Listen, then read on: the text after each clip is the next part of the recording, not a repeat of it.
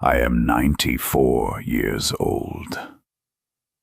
I have outlived my wife. I have outlived my friends. I have outlived my enemies. And I've outlived the version of myself that used to give a damn about what people thought of me.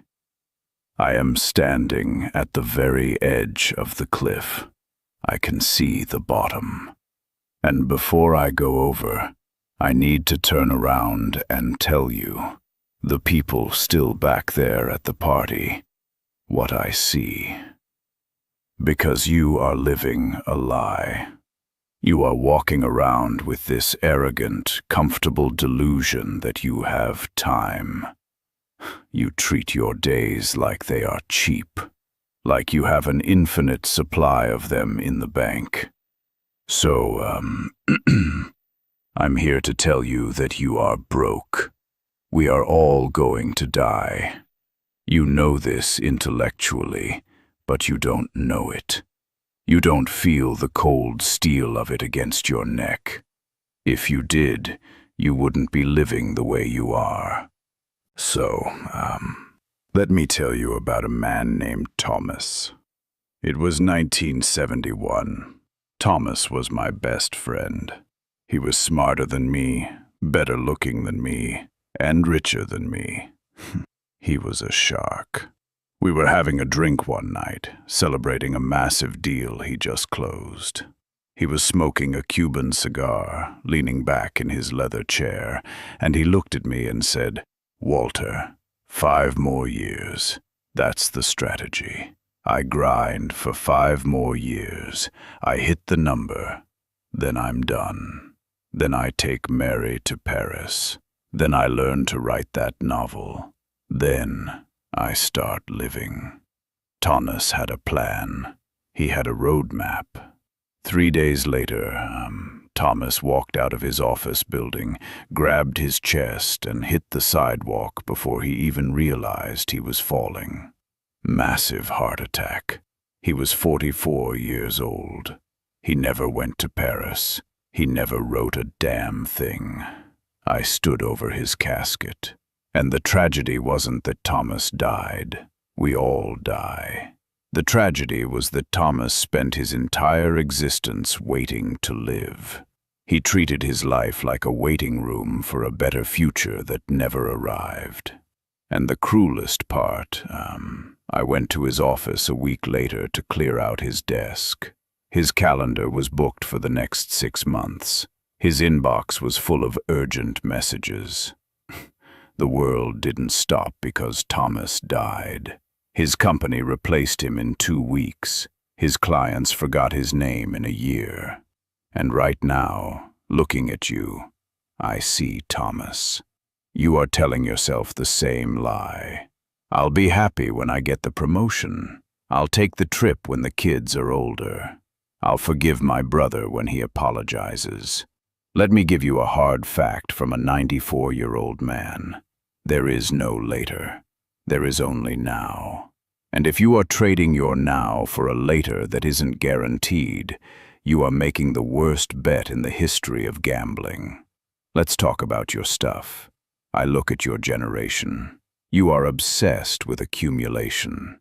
You buy things you don't need, with money you don't have, to impress people you don't even like. I live in a small room now. I have a bed. I have a chair. I have a picture of my wife. I used to have a big house. I used to have luxury cars. I used to have a garage full of toys. And I am telling you, with the absolute clarity of the endgame, it is all garbage.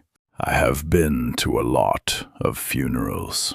I have never, not once, seen a U-Haul trailer following a hearse.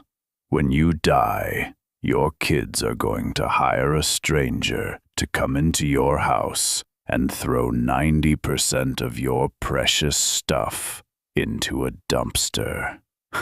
The other 10% they'll sell at a yard sale for quarters. That is the sum total of your materialism. Future trash. So why are you putting yourself down so far to buy it? Why are you working 60 hours a week, missing your daughter's childhood, to pay for a car that sits in traffic? It is madness, and you won't realize it's madness until you are sitting where I am sitting, and by then it is too late to return the merchandise. Let me tell you about the big victory. It was 1982.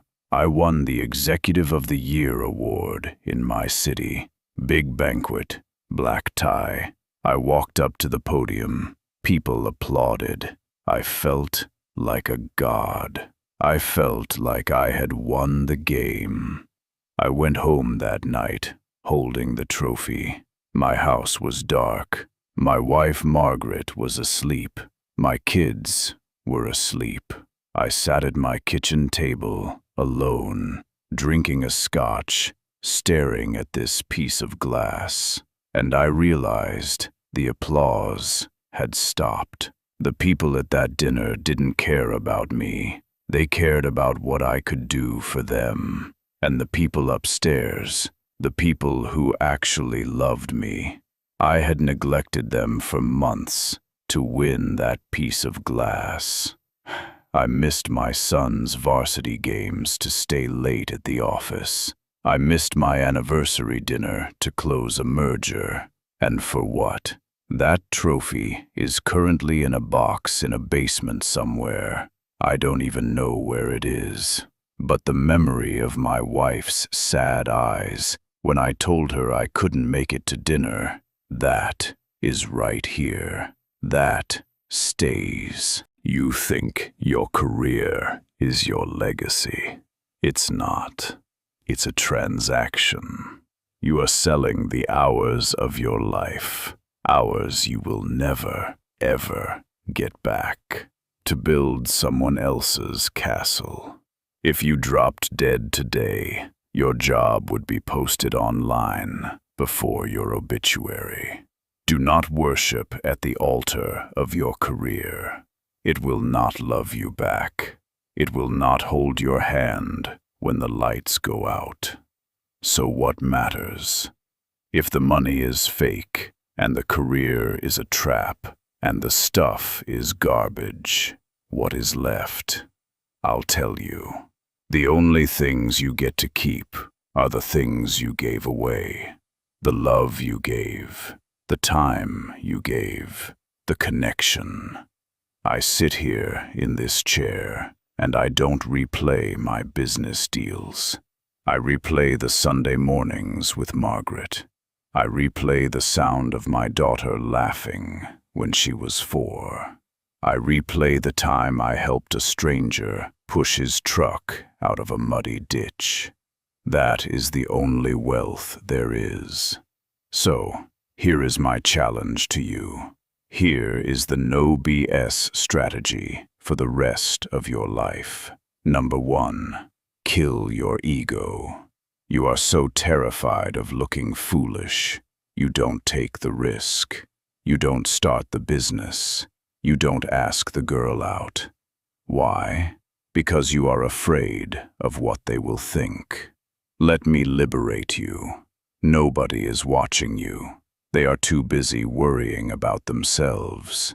You are the main character only in your own head. To everyone else, you are background noise. Stop letting your fear of other people's judgment paralyze you. Their judgment will rot in the ground right next to them. Number 2, practice the last time. This is a Stoic technique, and it will change your life. Every time you do something, anything, remind yourself that one day you will do it for the last time. One day you will pick up your child for the last time. One day you will kiss your spouse for the last time. One day you will drink a cup of coffee for the last time. You don't know when that day is. It could be 10 years from now. It could be today. If you live with that knowledge, you will never take a moment for granted again. You will taste the coffee. You will hold the hug a little longer. Number 3. Wake up. I'm 94. My back hurts. My eyes are dim. But you have the golden ticket. You have your health. You have your youth. And you are spending it scrolling through a phone. You are numbing yourself. Stop it. Go outside. Feel the wind.